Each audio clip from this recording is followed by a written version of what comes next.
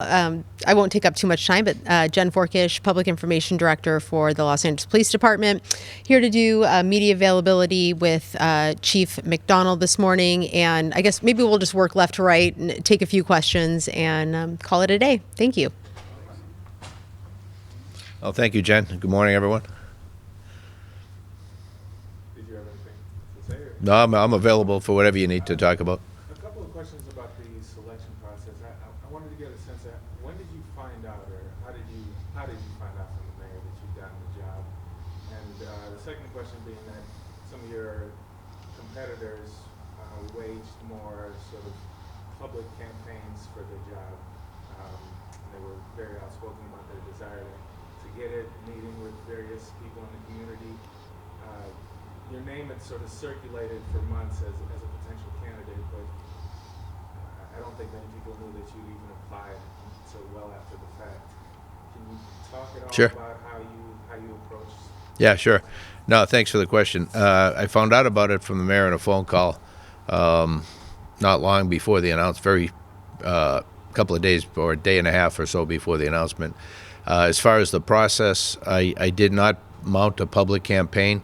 I previously run for sheriff twice and had been through that process. This was a very different process where you put in for the job, you put out your qualifications, your background, your experience, and then it's done by the executive search firm. They narrow it down. A list goes to the commission, the police commission. They do a series of interviews. They narrow the list down again and again, and then ultimately a list of 3 was presented to the mayor.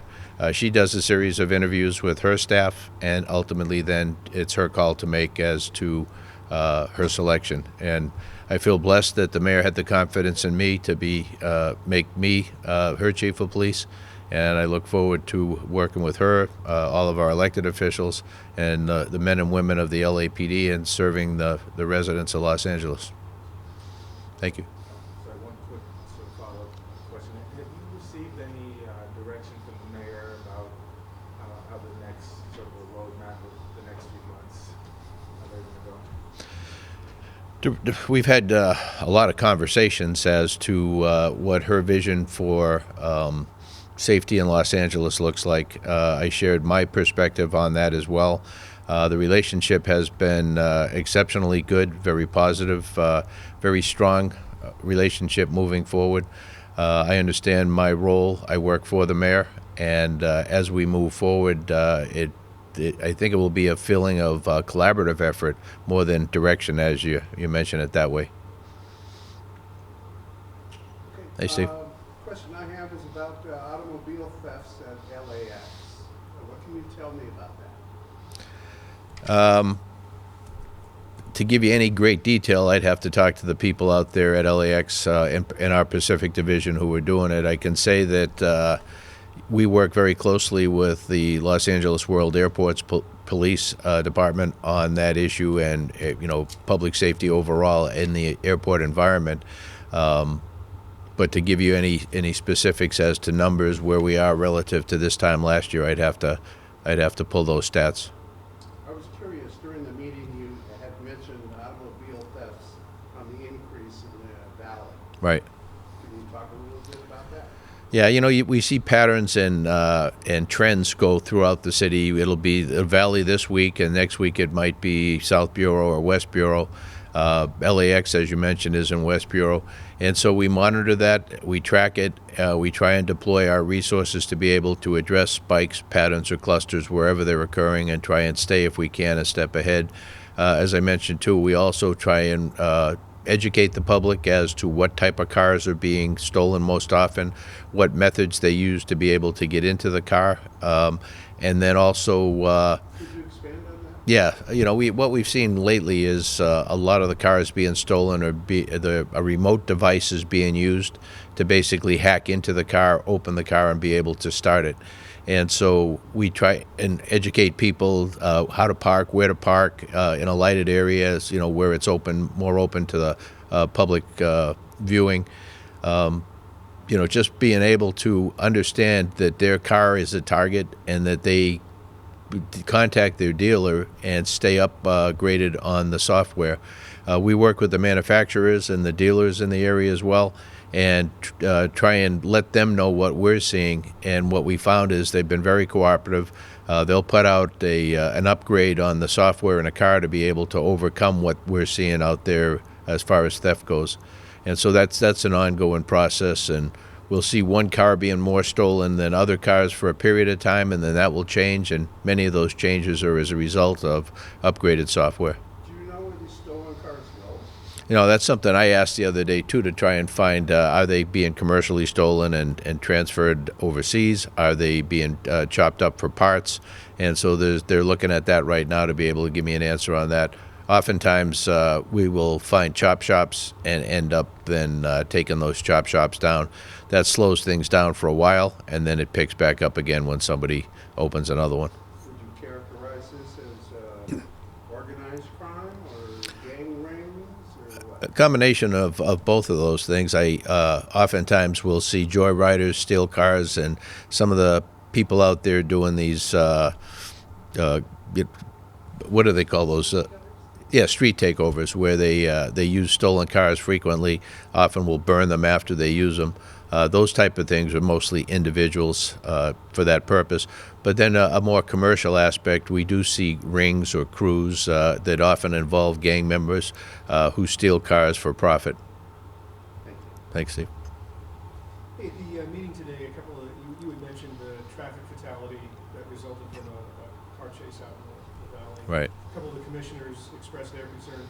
Prior to your tenure, the commission had some research done about that, and they found that there was a pretty staggering number of collisions as the result of chases, and within that number, a disproportionate number of innocent motorists that wind up being injured and killed from time to time. Right. Just to follow up on the commissioner's questions, obviously you can't let people just drive off, Right. especially with the severity of the crime. What's your thinking about how those tactics might evolve now, if there is a reason to rethink any of that? Yeah, no, thank you. It's a great question, one we think a lot about whenever we see one of these that ends in tragedy in particular. I think what most people don't understand that it is an evolving process, and that each time a pursuit is initiated, there's continuous scrutiny as to whether that pursuit would be allowed to continue.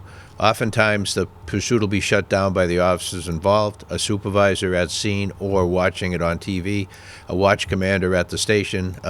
Those decisions are made on a regular, pretty routinely made. And, it's one of those where we have criteria as to what you need to have before you can initiate a pursuit. But anytime the pursuit gets to speeds that are unsafe, endangering the public, most often those pursuits will be shut down. And so as we move forward, we'll continue to evaluate our pursuit policy, our pursuit tactics, look for opportunities using technology to be able to try and assist us in that. At the end of the day, it is a balance, trying to be able to hold people accountable and not give a free pass to anybody who decides to run, but at the same time be as judicious and careful as we can, because we know the potential outcome could be very tragic. When we spoke last, you were focused on spending the first few weeks here doing a lot of listening. Right. And I'm wondering if, now that you've had a few days to do that, if you have any evolving thoughts about your priorities going forward. Yeah, no, great question. I have had a lot of meetings since I've been here. They are long days, but great days. I've gotten a lot of input from people, both solicited and unsolicited, which I greatly value. But it gives me an opportunity to be able to help further develop the roadmap forward. No great surprises. What I came in believing were the problems or issues or opportunities. I still feel we're on the right track relative to that. As we move forward and continue to talk to different people, both within the department and in the community, my hope is that we can address quickly the things that can be addressed in that fashion, and then put strategic committees in place to be able to do the things that will take us longer to do, but certainly things that we intend to follow up with.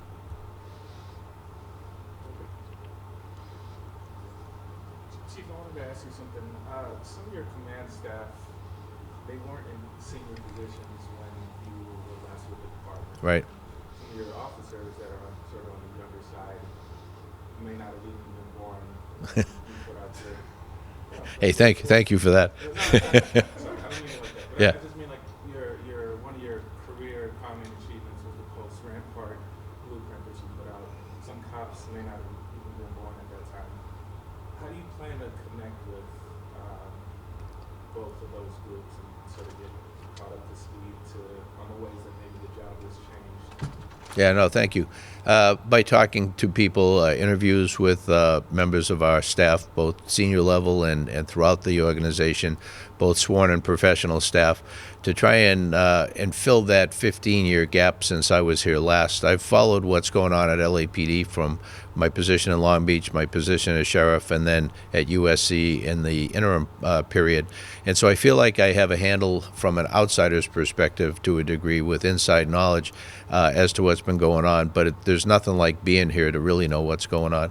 So continued conversations as far as the individuals throughout the organization who may not have the same understanding or appreciation for our history, to try and address those issues and to look at people in the organization with that institutional knowledge of where we've been, lessons learned, and how we become the best organization we can. A lot of those lessons are available. We just have to be able to tap into them. Thanks. Thank you all very much.